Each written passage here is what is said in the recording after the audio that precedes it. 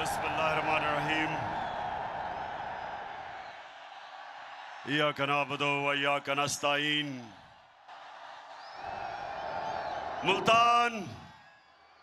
मुल्तान आपका दिल से शुक्रिया अदा करता हूं। बहुत बहुत शुक्रिया शानदार इस्तकबाल का।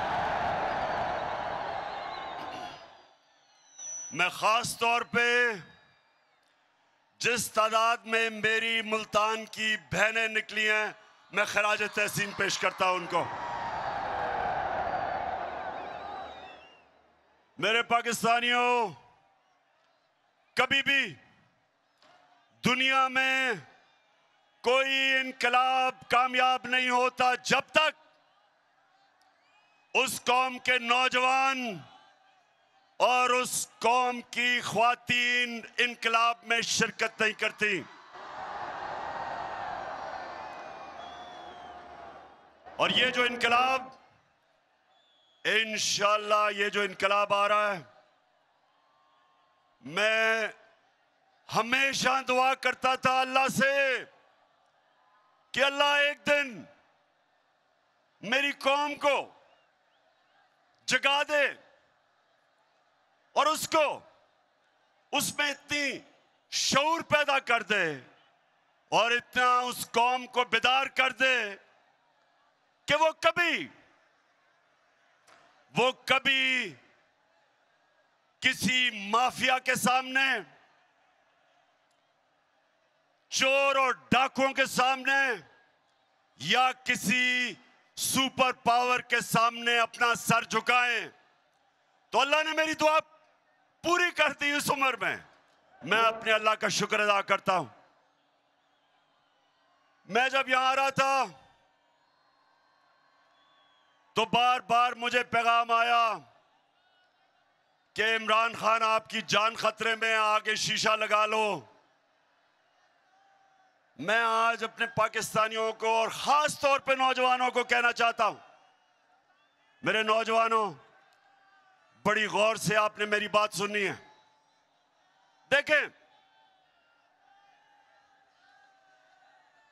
देखें, कुरान की एक आयत है, अल्लाह कहता है जो लोग ईमान ले आए अल्लाह उनके खौफ दूर कर देता है। मेरे पाकिस्तानियों, ये याद रखें और मैं अपने नौजवानों को खास तौर पे कहना चाहता हूं, खौफ, मरने का खौफ, जिल्लत का खौफ, अपनी रिस्क या नौकरी जाने का खौफ, ये एक बड़े इंसान को एक छोटा सा इंसान बना देता है। जिसने भी आज तक दुनिया में कोई बड़े काम किए, और पाकिस्तानियों आपने बड़े बड़े काम करने हैं अभी,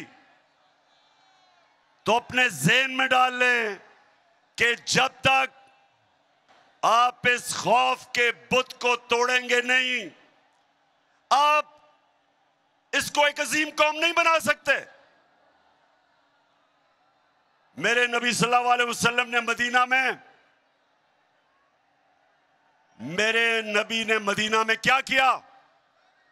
लोगों को आजाद कर दिया, खौफ से आजाद कर दिया, पैसे की लालच से आजाद कर दिया, मैं की पूजा करने वालों को बड़े इंसान बना के बड़ी सोच दे दी थी। और वही लोग जिनकी हैसियत नहीं थी, दुनिया की उन्होंने इमामत की। मुल्तान, ये गौर से सुन लो, आज तक कोई बड़ा बिजनेसमैन नहीं बना जो नुकसान से डरता हो।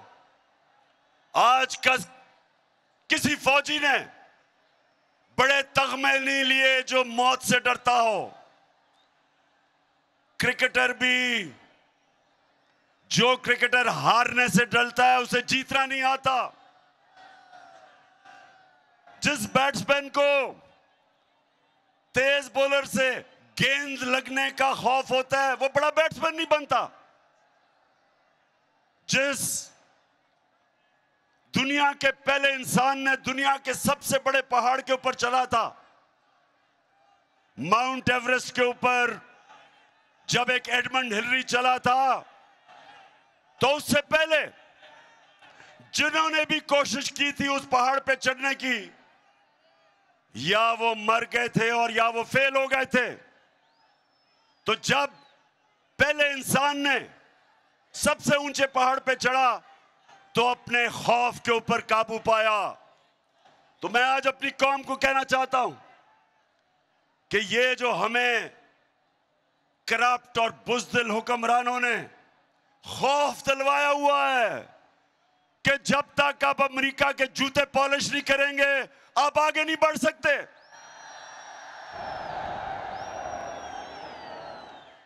ये वो लोग जो इस मुल्क में ज्यादा, हमारी मुल्क की ज्यादा से जिंदगी में इस तरह के हुक्मरान रहे, जिन्होंने सुपर पावर के सामने घुटने टेके, अपनी कौम की आजादी को, अपनी आजादी खोई, अपनी इज्जत खोई, जिल्लत मिली हमें पाकिस्तानियों को हुक्मरानों की वजह से। तो मैं आज वो पाकिस्तानी जो पाकिस्तान के साथ बड़ा हुआ था, मुझे हमेशा इस चीज की तकलीफ होती थी कि हम अजीम लोग हैं, लेकिन ऊपर ऐसे हुक्मरान हैं जिन्होंने इस कौम को एक अजीम कौम नहीं बनने दिया। तो मैंने ये अल्लाह से कहा था कि अल्लाह, जब भी मुझे मौका मिले, जब भी तू मुझे मौका देगा, सबसे पहले मैं अपनी कौम की अजमत को उठाऊंगा, उसकी इज्जत को ऊपर करूंगा, कभी अपनी कौम को किसी के सामने नहीं झुकने दूंगा।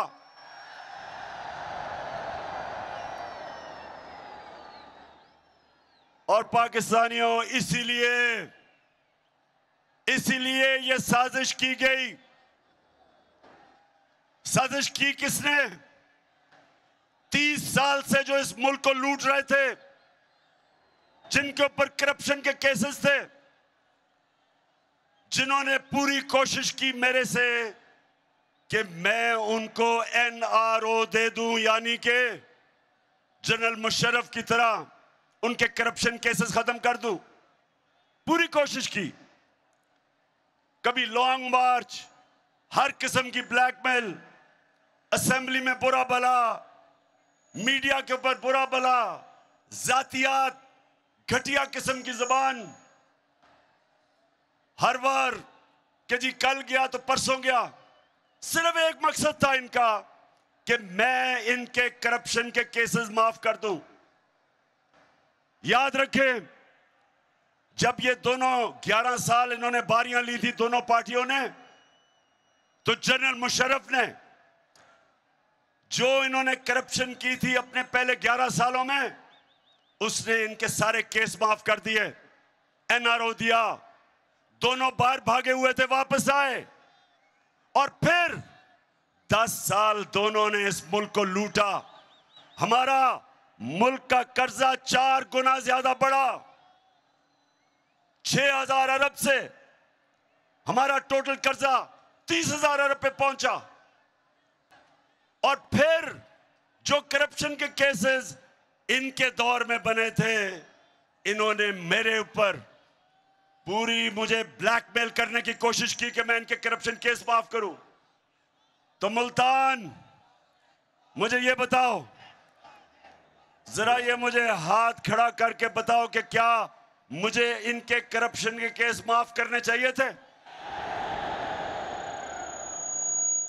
अगर मैं इनके करप्शन के केसेस माफ करता, इसका मतलब कि मैं इक्तदार में एक नजरिए के लिए नहीं आया था, मैं इंसाफ की तहरीक चलाने नहीं आया था।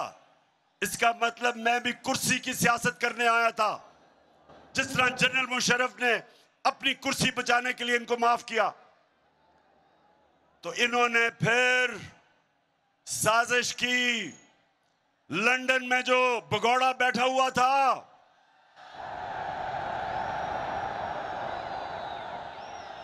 वैसे नून लीग वालों, नून लीग वालों मुझे एक जवाब दे दो, कभी कभी नून लीग वालों अगर सुन रहे हो मुझे इसका जवाब दो। मुझे अभी तक समझ नहीं आ रही कि कभी भी कोई इंसानी माशरा कभी गीदड़ को भी लीडर मानता है?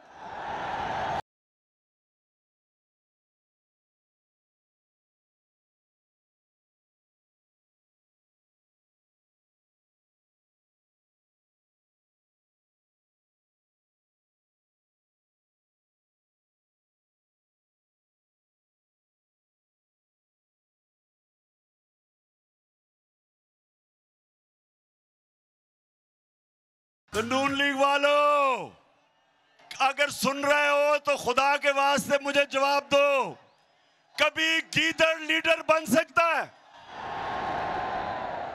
पहले मुशर्रफ का दौर, मुशर्रफ ने जब इसको जेल में डाला तो आसिफ जरदारी ने कहा कि अटक जेल में। अब ये आसिफ जरदारी इत्तेहादी है, इसकी स्टेटमेंट थी कि अटक में जो जेल में नवाज शरीफ था वहां टिश्यू पेपर खत्म हो गया इसके आंसुओं से, रो रो के मिन्नतें करी कि मुझे बाहर भेज दो। और मुशर्रफ ने इतना जुल्म किया, इसके करप्शन केसेस रोक के इसको बाहर भेज दिया। बाहर जाके झूठ बोला कि कोई मुआहिदा करके नहीं आया। वो फिर मुआहिदा सामने आ गया 8 साल के बाद। शर्म भी नहीं आई, शर्म भी नहीं आई झूठ बोल के। इस बारी फिर झूठ बोल के, ड्रामा करके, मैं जी बहुत बीमार हूं, हमें बताया गया कि ये तो शायद जहाज पे भी ना बैठ सके, इतना बीमार है। हमारी वजीर शिरीन मजारी, उसने जब बीमारियों का सुना वो रोना शुरू हो गई कैबिनेट में कि जी बेचारे को जाने दें, देखे ना इसका हाल, देखे शक्ल, देखे इसकी। कई बेचारी बूढ़ी ख्वातीन ने जब जिस तरह की वो शक्ल बनाता है रोने वाली, उन्होंने भी कहा जी देखें खुदा के वास्ते इसको जाने दे। वो चला गया बाहर। जैसे ही जहाज पे चढ़ा एक नया नवाज शरीफ आ गया, बीमारी खत्म। ऐसे सीढ़ियों पे चढ़ा कि ऐसे लग रहा था कि ओलंपिक्स के लिए ट्रेनिंग करने के लिए है। और जैसे ही लंदन की हवा लगी तो उसके बाद नवाज शरीफ वहां बैठ के एक सियासतदान बन गया। तो मैं नून लीग वालों तुम्हारे से आज पूछता हूं, खुदा के वास्ते मुझे समझा दो कि एक झूठा आदमी अदालत ने जिसको सजा दी हुई हो, जो अरबों रुपए के घरों में रहता हो, जिसके बेटे कहें कि हम अरबों रुपए के घर में रहते हैं लेकिन हम जवाब दे इसलिए नहीं कि हम पाकिस्तान के शहरी नहीं हैं। कैसे नून लीग वालों आप इस आदमी के पीछे चल सकते हो? कैसे चल सकते हो? और फिर यहां बैठा था छोटा भाई चेरी ब्लॉसम,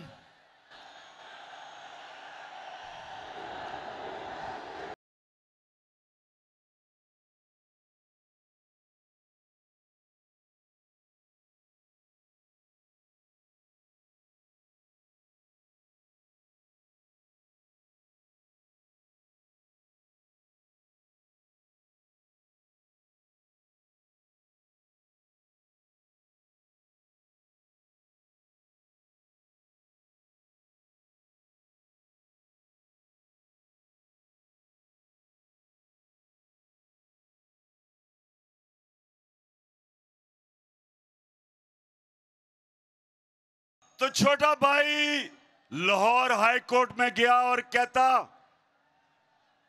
कि मैं गारंटी करता हूं एफिडेविट पे कि ये वापस आ जाएगा। शहबाज शरीफ तुम्हें तो उसी को पर सजा देनी चाहिए। अदालत में आपने झूठा एफिडेविट दिया।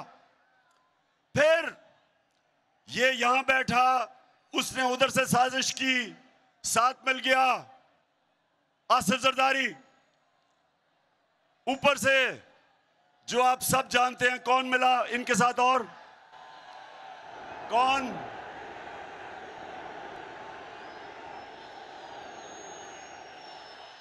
इनके साथ वो मिल गया जिसके ऊपर आजकल बात हो रही है, उसकी कीमत बढ़ाने के लिए। ये कभी भी नहीं हुआ, ये जरा सुने, ये कभी भी नहीं हुआ कि ये इतनी डरपोक हुकूमत है, डर रहे हैं कि फजल रहमान की कीमत बढ़ाई जाए और पेट्रोल की। इतने डरे हुए हैं कि कहते हैं नेशनल सिक्योरिटी काउंसिल की मीटिंग बुलाओ ताकि वो फौज पे पड़े कीमत बढ़ाने पे। ये हाल है आज। तो इन सारों ने मिलकर साजिश की, साथ इनके मिल गए अमेरिका, और अमेरिका के अंदर उनका यहां जो एम्बेसी है वो हमारे लोगों से मिलने शुरू कर दिए जो सबसे पहले लौटे हुए थे। वहां से साजिश शुरू हुई। वैसे मुल्तान, मुझे ये बताओ, आप जरा आज मुझे ये बताओ कि जनूबी पंजाब से इतने ज्यादा लोटे कैसे निकले हैं? जवाब दें। लोटे आपने इधर से इतने ज्यादा लोटे जनूबी पंजाब से निकले हैं। और आज हम अल्लाह का शुक्र अदा करते हैं कि सबको डिस्क्वालीफाई हो गए। इन सब ने मिलकर साजिश की।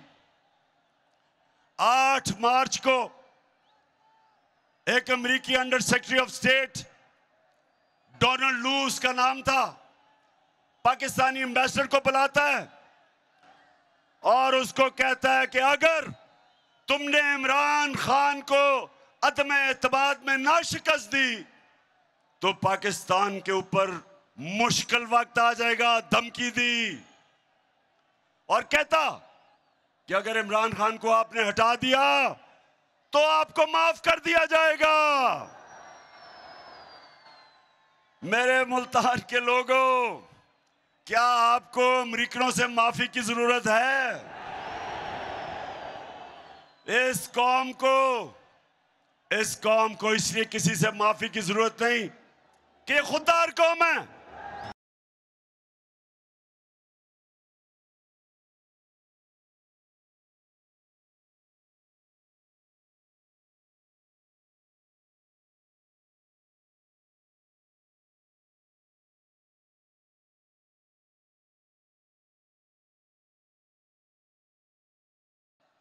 लेकिन जो इस मुल्क में हमारी बदकिस्मती से अशरफिया है, वो डर गए और उन्होंने पूरी शिरकत की। इस मुल्क की एलीट ने एक 22 करोड़ के मुंतखब किए हुए प्राइम मिनिस्टर को इन्होंने सब ने मिलकर साजिश से हटाया और इन सब ने यह समझा कि अब तहरीक इंसाफ और इमरान खान की कब्र खुद गई है और अब इस पार्टी को अल्लाह हाफिज कह दो। लेकिन कुरान में अल्लाह कहता है कि एक प्लान इंसान बनाता है और दूसरा प्लान अल्लाह बनाता है और कामयाब सिर्फ एक होता है। मेरे अल्लाह का प्लान ही कुछ और था। उसने बजाय तहरीक इंसाफ को इन्होंने जो दफन करने की कोशिश की, उसने सारी मेरी पाकिस्तानी कौम को जगा दिया, कौम को बेदार कर दिया। और वो पाकिस्तानियों, आप जो शिरकत कर रहे हैं, ये आज याद रख लें कि ये पाकिस्तान की तारीख का सबसे बड़ा इनकलाब आ रहा है। अब ये जो माफियाज बैठे हुए ऊपर 30 साल से इस मुल्क को लूट रहे थे, 30 साल से जो कब्जा करके बैठे हुए हैं, अब इनकी कब्रें खुद रही हैं। इनका वक्त है कि हमेशा के लिए इस मुल्क की सियासत पे जो 2 खानदानों ने, बल्कि और भी, डीजल के भी खानदान ने जिन्होंने कब्जा किया हुआ था, इन सब का वक्त खत्म हो गया। ये कौम आज जाग उठी है, कौम जाग गई है और इंशाअल्लाह इस्लामाबाद में ये जो अवाम का समुंदर आने वाला है। मुल्तान, आप तैयार हो इस्लामाबाद के लिए?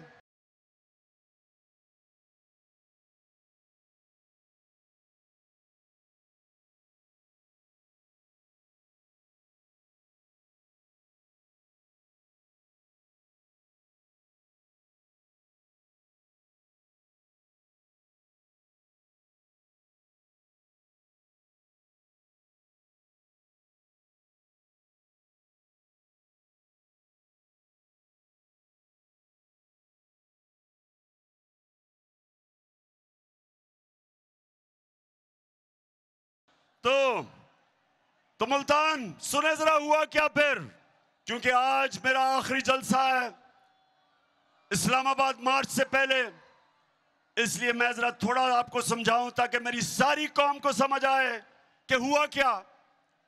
प्लान इन्होंने कुछ और बनाया था, अल्लाह ने कुछ और कर दिया।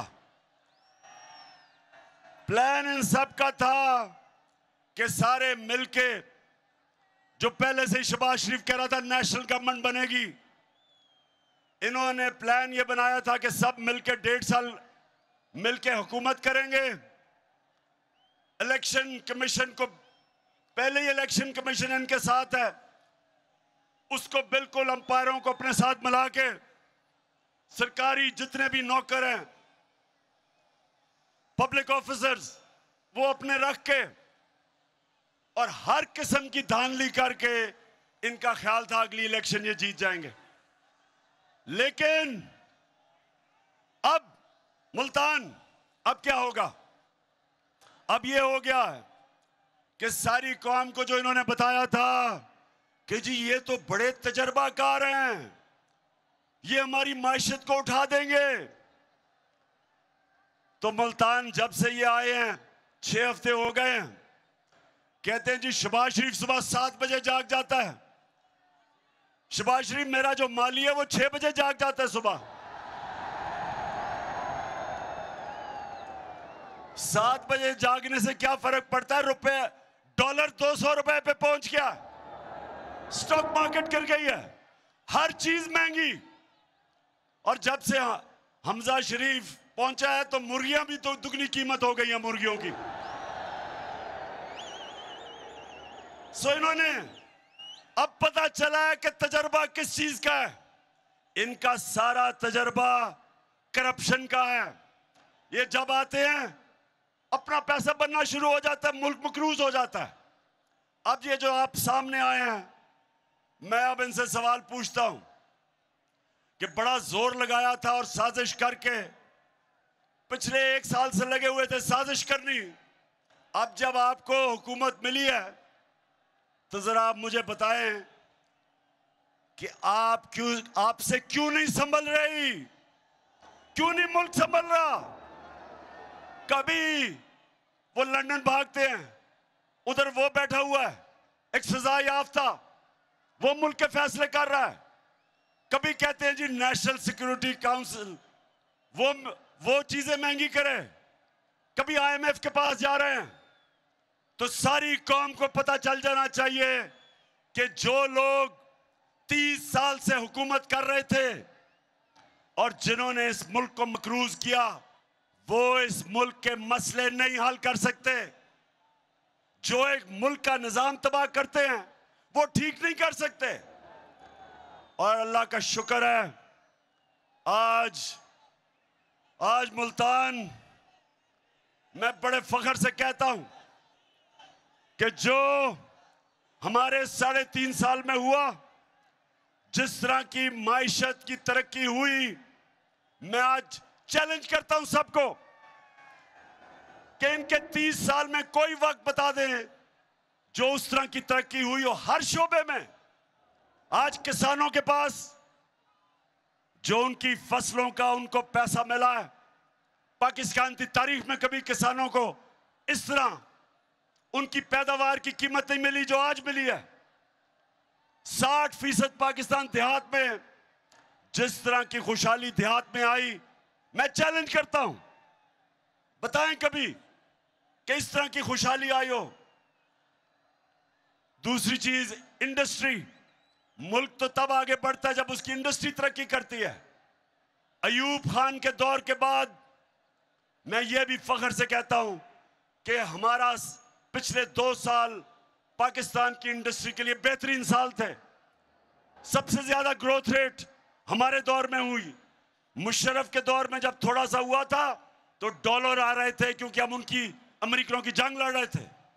ये हमने मुश्किल वक्त में कोरोना के दौर में अपनी इंडस्ट्री को उठाया। रिकॉर्ड एक्सपोर्ट्स हैं पाकिस्तान की, रिकॉर्ड रिमिटेंसेस हैं, यानी कि रिकॉर्ड डॉलर आए हमारे दौर में। हमने सबसे ज्यादा टैक्स इकट्ठा किया। हमारी जो आईटी, इंफॉर्मेशन टेक्नोलॉजी, जो मुल्क का फ्यूचर है, सबसे ज्यादा काम हमारे वक्त हुआ। 75% आईटी की एक्सपोर्ट्स बढ़ी। हम सारे बर्रे सगीर में हमारी पॉलिसीज की वजह से सबसे ज्यादा आज रोजगार पाकिस्तान में है बनिस्बत बर्रे सगीर के। तो मैं इनसे पूछता हूं कि आपने इतना जोर लगा के साजिश करके जो गवर्नमेंट गिराई, तो आप बताएं, शुक्र है अल्लाह का कि मुवाजना हो रहा है हमारे दौर और इनके दौर का।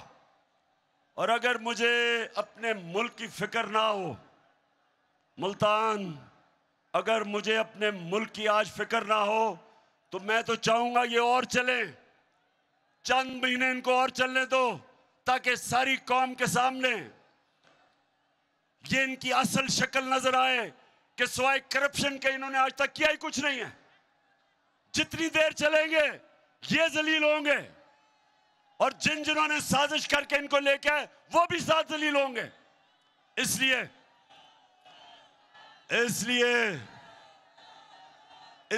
इनको चलने तो देना चाहिए, लेकिन मुल्क का दिवालिया निकल रहा है। जिस तरह रुपया गिर रहा है, और अभी रुपए गिरने की वजह से जो महंगाई आने वाली है, सारी चीजें महंगी होने वाली हैं, क्योंकि जब रुपया गिरता है सारी जो चीजें आप इंपोर्ट करते हैं सब महंगी हो जाती है, जिसमें तेल, बिजली, घी, जो चीजें, दालें जो बाहर से आप मंगवाते हैं वो महंगी होने वाली है। तो हमें तो, अगर हम सियासत का सोच रहे हैं तो हम तो चाहिए चले, लेकिन हम पाकिस्तान का सोच रहे हैं, और हमें पता है कि जितनी देर ये चलेंगे ये मुल्क को उधर धकेल देंगे जिधर यहां वो श्रीलंका वाला हाल होगा। आज श्रीलंका में देखें क्या हाल है, उधर लेके जा रहे हैं। इसलिए आज मैं यहां मुल्तान से डिमांड करता हूं कि जल्दी से जल्दी इलेक्शन की डेट दो और असेंबलियों को डिसॉल्व करो।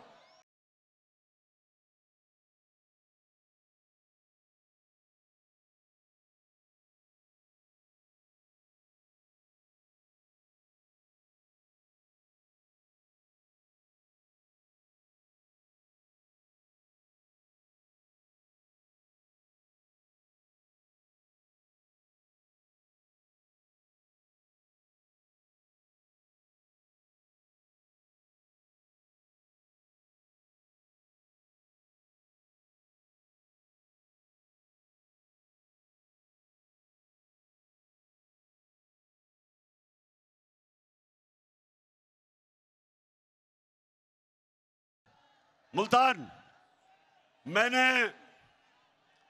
मुझे किसी सोशल मीडिया पे किसी ने मुझे तकरीर भेजी, वो मरियम कहीं तकरीर कर रही थी कल।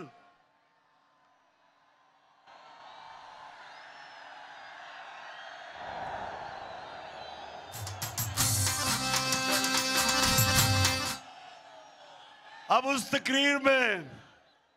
तकरीर जो मुझे भेजी सोशल मीडिया पे, उसमें उसने इतनी दफा और इस जज्बे से और इस जुनून से मेरा नाम लिया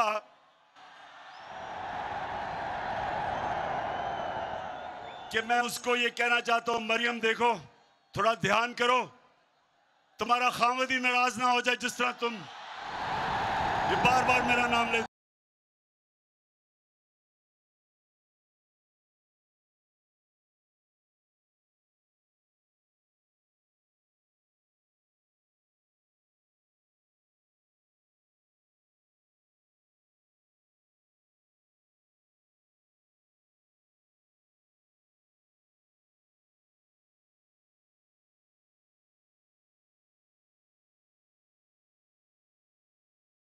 वैसे मैं हमेशा सोचता हूं कि इतना ज्यादा इनको मेरे पर गुस्सा है क्यों?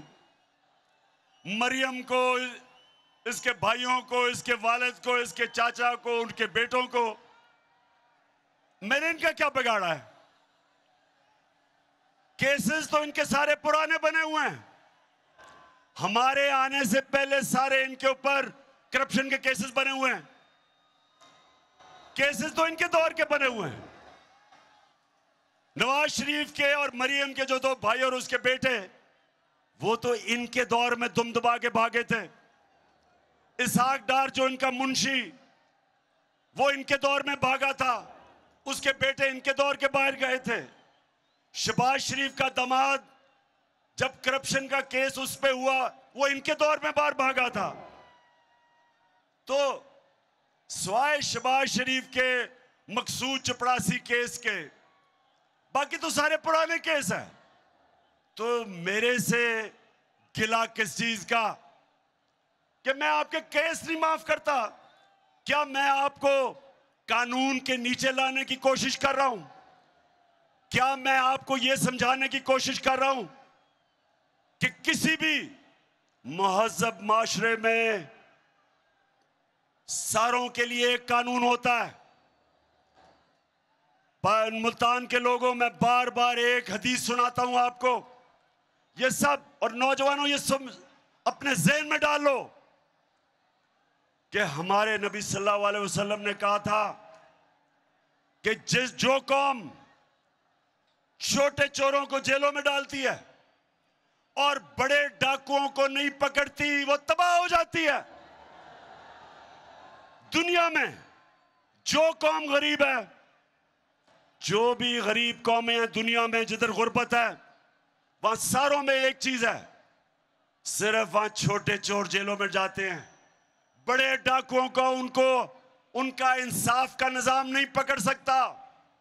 आज तक हमारा अलमिया ये है कि हमारे मुल्क में बड़े बड़े डाकू ईवानों में चले जाते हैं और बेचारे छोटे चोर जेल में जाते हैं। जब मैं जनरल मुशर्रफ के दौर में अपनी आजाद अदलिया के लिए जब मैं तहरीक में शामिल हुआ और मुझे जेल में डाला, 8 दिन मैंने जेल में गुजारे। यकीन करो मेरे मुल्तान के शहरियों, वहां कोई मुझे ताकतवर डाकू नहीं नजर आया, सिर्फ बेचारे छोटे छोटे चोर नजर आए। जिसको 6 महीने रहना चाहिए था जेल में, वो 6 साल जेल में रह रहा था। और जब मैं नेशनल असेंबली में जाता था तो मुझे बड़े बड़े मुजरिम नजर आते थे, वहां डाकू नजर आते थे। और यह वजह है कि एक स्विट्जरलैंड जैसा मुल्क जिसके पास कोई वसाइल नहीं है, दुनिया का अमीर तरीन मुल्क है, क्योंकि उस स्विट्जरलैंड की खासियत यह कि ताकतवर से ताकतवर डाकू, उनका इंसाफ का निजाम उनको जेलों में डालता है और तब ये एक माशरा ऊपर जाता है। मेरे नबी ने कहा था कि मेरी बेटी भी अगर जुर्म करेगी उसको सजा मिलेगी, कानून से ऊपर कोई नहीं। ये हमारा अलमिया है कि सोचे कि शहबाज शरीफ और इसके बेटे को सजा होनी थी। 24 अरब रुपए के FIA के केसेस, 16 अरब रुपए नौकरों के नाम पे, 16 अरब रुपया, 1 अरब में 100 करोड़ रुपया, 16 अरब रुपए नौकरों के नाम पे लिया। एक मकसूद चपड़ासी जिसकी 15,000 रुपया तनख्वाह, 4 अरब रुपया उसके अकाउंट में आता है और वो पकड़ा जाना था, उसको सजा होनी थी। जब सजा होनी थी तो तब ही जिन्होंने साजिश की उन्होंने पकड़ के उसको मुल्क का वजीर आजम बना दिया और वो छोटे को पंजाब का चीफ मिनिस्टर बना दिया। अब मुझे ये बता, मुल्तान के लोगों, मुझे ये बताओ कि क्या अल्लाह की बरकत उस मुल्क पे आ सकती है? जिस बेचारे गरीब लोग, बेरोजगारी है, महंगाई है, बच्चे भूखे हैं, वो बेचारे मोटरसाइकिल चोरी करता है, साइकिल करता है, भैंस करता है, वो तो जेल में चला जाता है। तो जो अरबों रुपया मुल्क का चोरी करता है, अरबों रुपया चोरी करता है, उसको मुल्क का प्राइम मिनिस्टर और उसके बेटे को चीफ मिनिस्टर, वो मुल्क का कोई मुस्तकबिल नहीं है। इसलिए मैं आपके पास आया हूं, इसलिए आपने इस्लामाबाद निकलना है मेरे साथ, इसलिए हमने इनको शिकस्त देनी है ताकि हम अपने मुल्क को उठाएं, इस कौम को वो मुकाम दें जो इसको मिलना चाहिए था। तो मुल्तान के लोगों, आज मेरी आखिरी जलसा है। इस्लामाबाद हकीकी आजादी मार्च से पहले मैं आज आप सबको तैयार करने आया हूं कि अगर हमारी कौम अब नहीं निकलेगी तो 2 गुलामियां करेंगे हम। एक गुलामी अमेरिका की, क्योंकि ये अमेरिका के गुलाम हैं। दूसरी गुलामी डाकुओं की, जो ये 30 साल से मुल्क को लूट रहे हैं। इसलिए फिर से मुझे बताएं कि आप तैयार हैं? बताएं, तैयार हैं?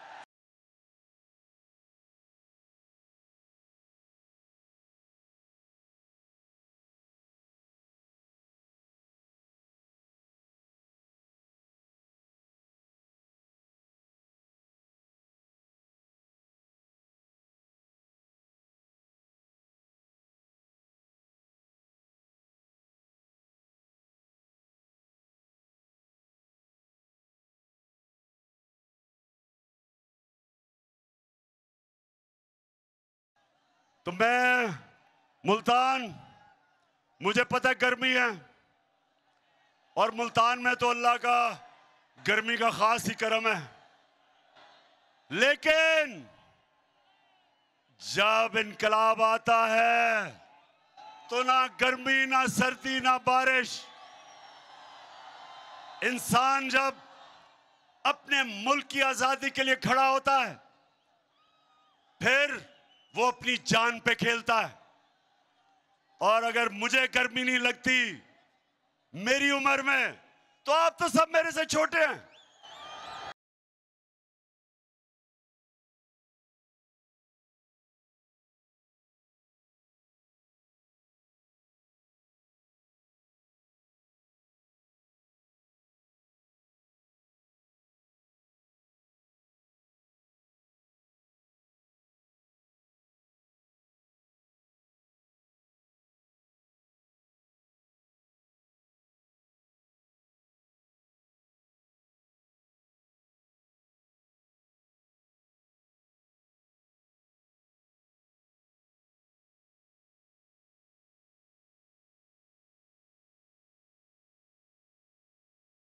मैंने जब जब मैं हटा प्राइम मिनिस्टर बन के, तो मैंने फैसला किया था कि मैं तो अब निकलूंगा सड़कों पे। और मैंने सोचा था कि चाहे मुझे अकेला भी निकलना पड़े तो मैं निकलूंगा, क्योंकि मैं जब भी अपने अल्लाह के पास जाऊंगा तो मैं उसे कहूंगा कि अल्लाह, मैंने अपने मुल्क के लिए पूरी कोशिश की, लेकिन मुझे तब अंदाजा नहीं था कि सारी मेरी कौम खड़ी हो जाएगी मेरे साथ।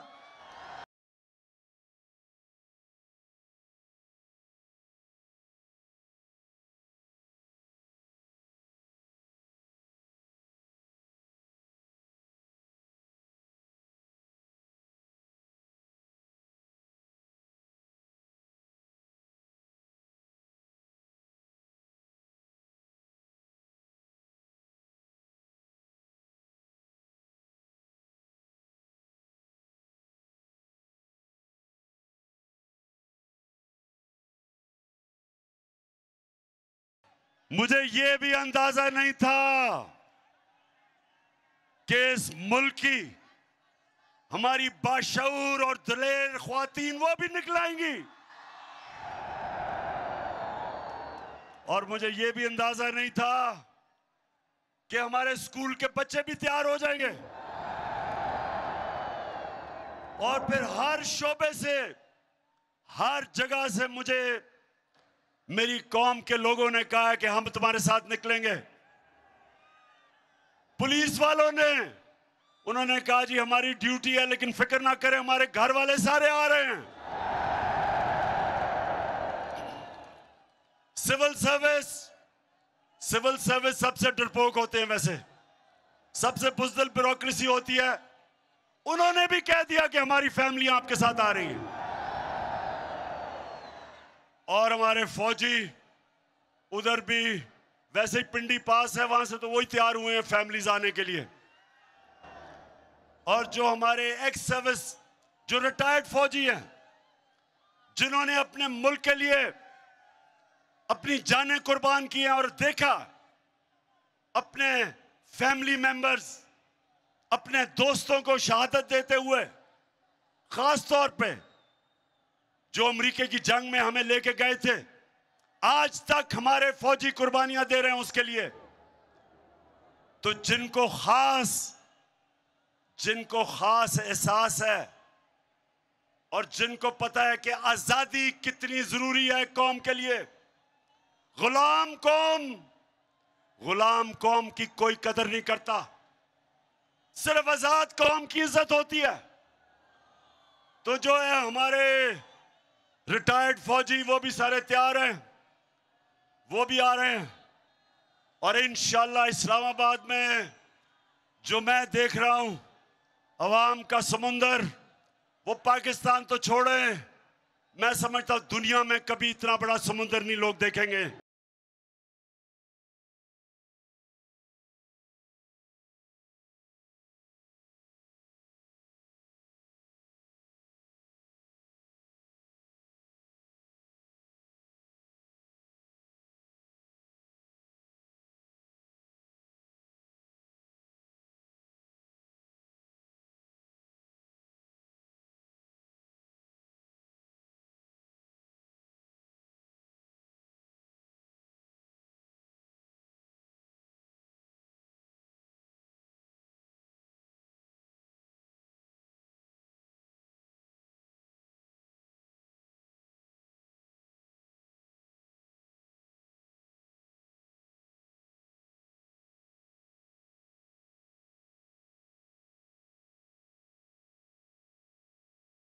ये मुल्तान, ये सियासत से बात ऊपर चली गई है, ये सियासत नहीं है। फिर से ये वो इनकलाब है जो पाकिस्तानियों को अब एक कौम बना रहा है कि कैसे एक छोटे से एक अमेरिकी अफसर, उसकी क्या जरूरत है कि 22 करोड़ पाकिस्तानियों को धमकी देता है कि अगर तुमने अपने प्राइम मिनिस्टर को ना हटाया तो तुम्हारे से हम बहुत बुरा करेंगे, और अगर हटा दिया तो तुम्हें माफ कर देंगे। बेशरम, तुम्हारी माफी की जरूरत नहीं है। तुम हो कौन? ये, और पाकिस्तानियों याद रखना, आप सब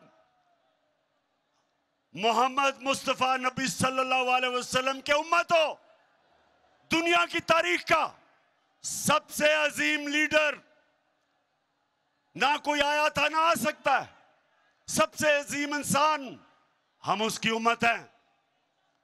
हमें हमारा कलमा हमें कहता है कि कोई नहीं है खुदा सिवाय अल्लाह के, किसी के सामने हम नहीं झुकते। तुम हो कौन अमेरिकी कि हमें धमकियां दे रहे हो?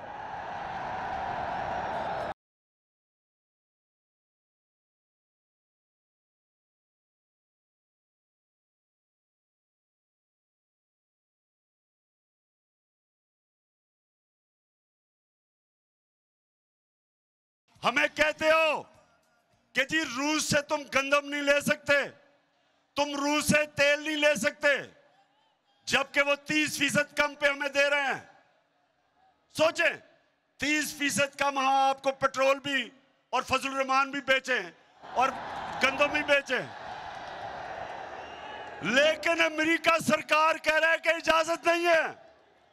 लेकिन हिंदुस्तान, ये सुने, हिंदुस्तान अमेरिका का स्ट्रेटेजिक एलाय है। हिंदुस्तान को उन्होंने कहा जी रूस से तेल ना खरीदो। हिंदुस्तान ने क्या जवाब दिया? हिंदुस्तान ने कहा हम एक आजाद मुल्क हैं, हम रूस से तेल लेंगे क्योंकि हमारे मुल्क में गुर्बत है।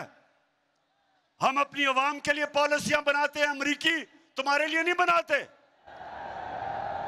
हमारे साथ हिंदुस्तान आजाद हुआ था और उनको देखें गैरतमंद फॉरेन पॉलिसी, और हमें देखें कि हमारे पास कौन आया है, चेरी ब्लॉसम बूट पॉलिश।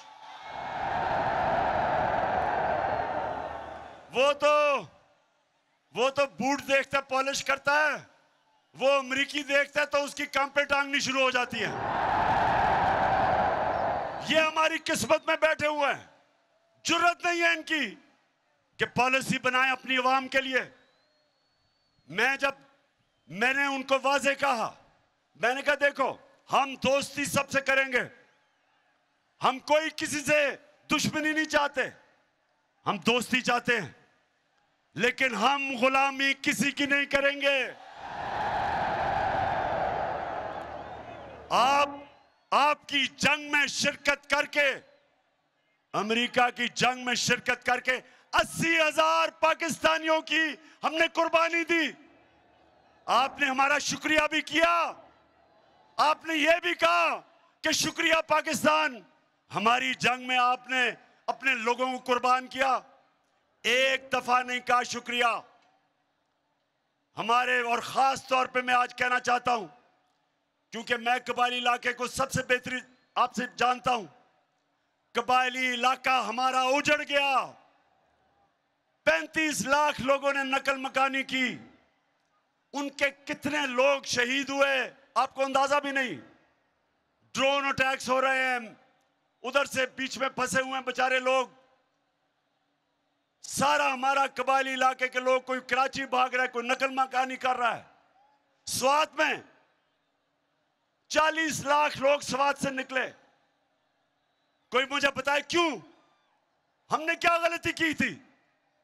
क्या हमारा क्या कसूर था कि हमारे 80,000 लोग, हमारे 6,500 फौजियों ने कुर्बानियां दी?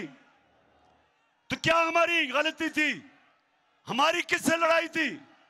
सिर्फ हमारी यह गलती थी कि हमारा जो उस वक्त का सरबराह था, जब उसको धमकी मिली तो उसमें इतनी दिलेरी नहीं थी कि अपने लोगों के लिए खड़ा होता।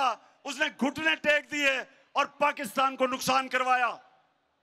इसलिए जब उन्होंने मेरे से कहा कि जनाब हमें अफगानिस्तान के लिए यहां बेसिस चाहिए, जब इंटरव्यूअर ने मेरे से पूछा तो मैंने इसलिए उसको एब्सोल्युटली नॉट इसलिए कहा।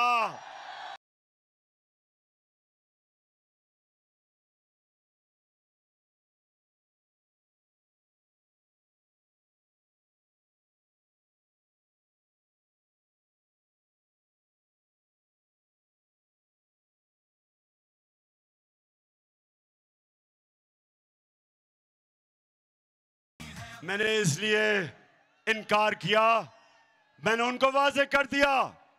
मैंने कहा हम आपके साथ अमन में हमेशा शिरकत करेंगे, लेकिन आपकी किसी जंग में, पाकिस्तान किसी की जंग में शिरकत नहीं करेगा।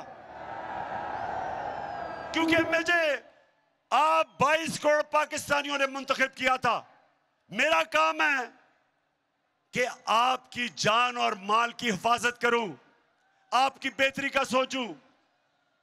मुझे क्या कि दूसरे कोई और मुल्क की जंग है, हमें कहते जी रूस और यूक्रेन की जंग है, तो आप मजम्मत करें। भाई हमारा उस जंग से क्या ताल्लुक है? हम क्यों आपके बीच में पड़े हैं? कश्मीर में जो बेचारे कश्मीरियों से जुल्म हो रहा है, आपने कभी मजम्मत किया हिंदुस्तान से? आपने कभी कहा हिंदुस्तान से कि आप कश्मीरियों पे जुल्म कर रहे हैं? क्यों नहीं आप बोलते? क्योंकि हिंदुस्तान से आपकी दोस्ती है। जो फलस्तीन में जो इस्राइल कर रहा है, जो उन बेचारे लोगों की जमीनें ले रहा है, जो बेचारी अभी एक उनकी सहाफी को दिन दिहाड़े उसे कत्ल किया, क्या कभी अमेरिका में जुर्रत है उसको इस्राइल को मजम्मत करने की? क्या यूरोप को में जुर्रत है? तो हमें क्यों कहते हो कि हम आपकी जंग में शिरकत करें? हम आपके गुलाम हैं। हम क्या हैं? हम आपके कमी हैं। इनको बुरी आदतें पड़ी हुई हैं। पाकिस्तानियों, इनको बुरी आदतें कैसे पड़ी कि इनके पास, इनको किससे, एक तरफ था जरदारी और दूसरी तरफ नवाज शरीफ, उन दोनों के पैसे बाहर पड़े हैं। उनके अरबों अरबों डॉलर्स इस मुल्क से बाहर पड़े हैं। उनकी जायदादें बाहर पड़ी हैं। उनको पता है कि जिस वक्त उन्होंने इनको नाराज किया तो इनकी जायदादें वो जब्त कर देंगे। जिस तरह आज वो रूसियों की जायदादें और पैसा जब्त कर रहे हैं, डरे हुए हैं।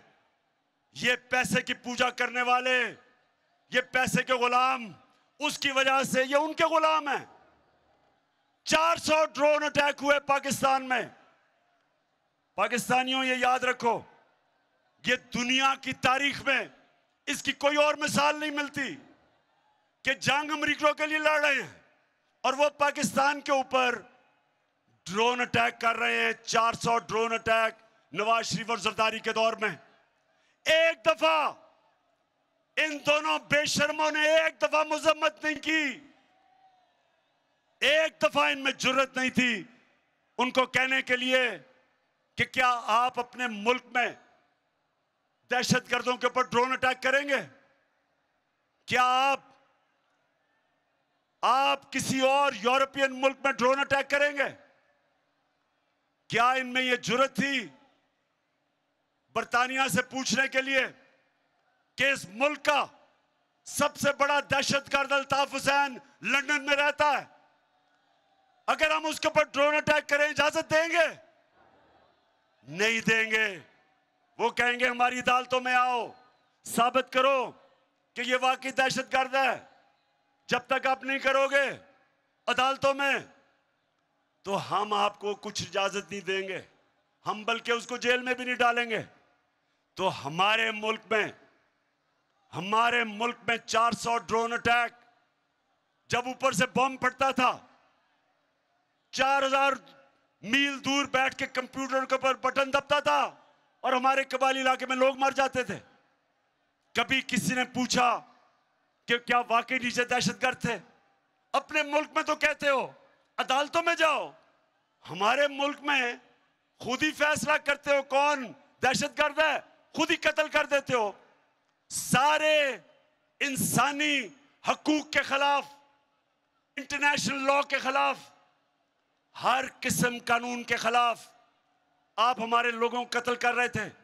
और दो मुल्क के सरबराह एक दफा इनके मुंह से यह नहीं निकला कि जी ये आप अगर और दुनिया में किसी मुल्क में नहीं करते तो हमारे मुल्क में क्यों कर रहे हो? हम तो आपकी जंग लड़ रहे हैं। और जो लोग मरते थे ड्रोन अटैक्स पे, वो पाकिस्तानी फौज पे बदला लेते थे, हमारे पे लेते थे। इसलिए मेरे पाकिस्तानियों, हमने इन चोरों को और अमेरिकन के गुलामों को इस मुल्क की किसी सूरत इस मुल्क के सरबराह नहीं रहने देना।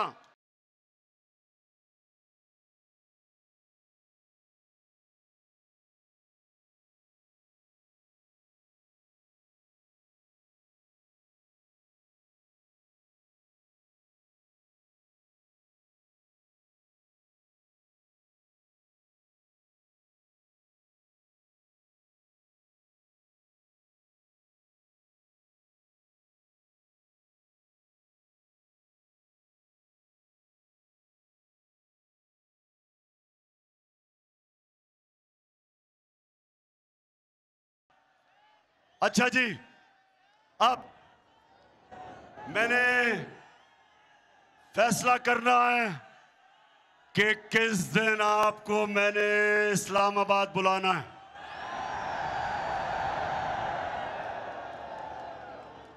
वैसे फिर से बता दें, घबराना तो नहीं है,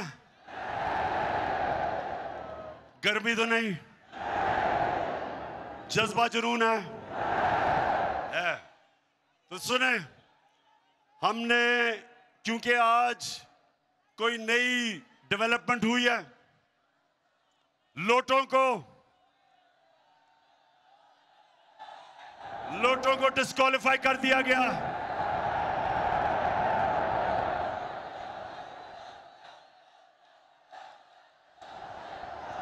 लिहाजा मैंने इतवार को पेशावर में अब अपनी कोर कमेटी को बुलाया है और आपको भी बता दूं, फैसला अब हमने करना है 25 और 29 मई के बीच में।